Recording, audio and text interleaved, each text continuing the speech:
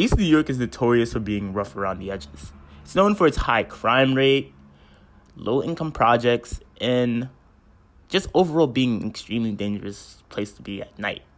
At the same token, we've seen neighborhoods make positive changes at that, due to gentrification. Gentrification, as defined in the Webster's Dictionary, is the process of renovating and improving a home or district so it comforts the middle class. It's when we see small mom-and-pop shops close down in favor for larger chains, when locals can't even afford their rent because of the high prices. And just owning a home in general becomes unbearable.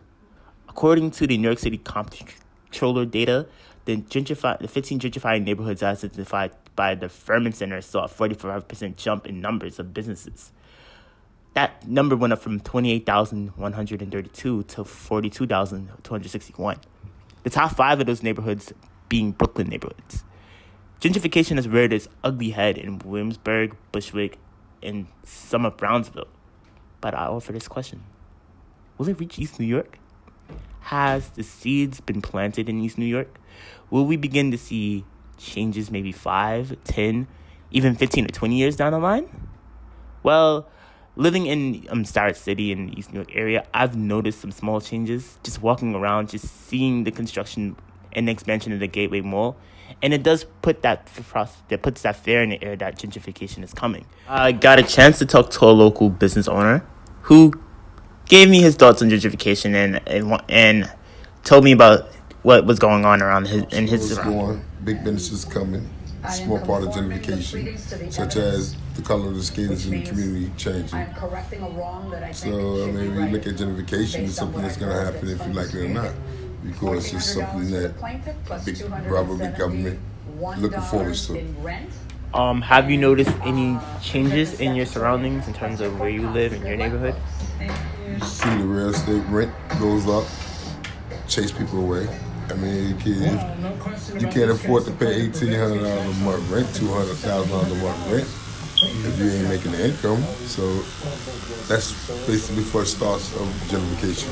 This barbershop that you work in, do you ever feel on the edge that maybe maybe a big company can buy this block and then you guys will be out of business? Well, that's part of development. Yeah, part of gentrification when it comes to gentrification. If you're looking at redevelopment, mom and pop stores going, so we buy a block and we take these 4 or 5 stores and we come in with J. Crew's, or we'll come in with IHOP, or we'll come in with Starbucks. You can keep naming them, the list don't stop. It's open for any big business for this community.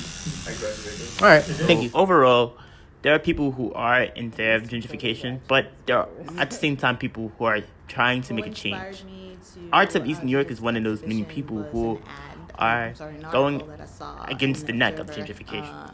About an ad that was placed that advertised the East New York community as the new frontier and literally said, attracting hipsters, et cetera, to this community. And it kind of hit you in the gut, It's just like, wow.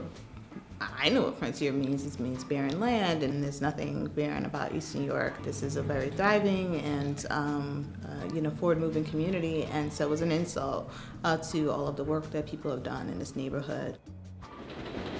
The impact of this exhibit is to not just educate people outside of this neighborhood about the beauty, but really inform the community members who exist and who live here already about the changes that are coming.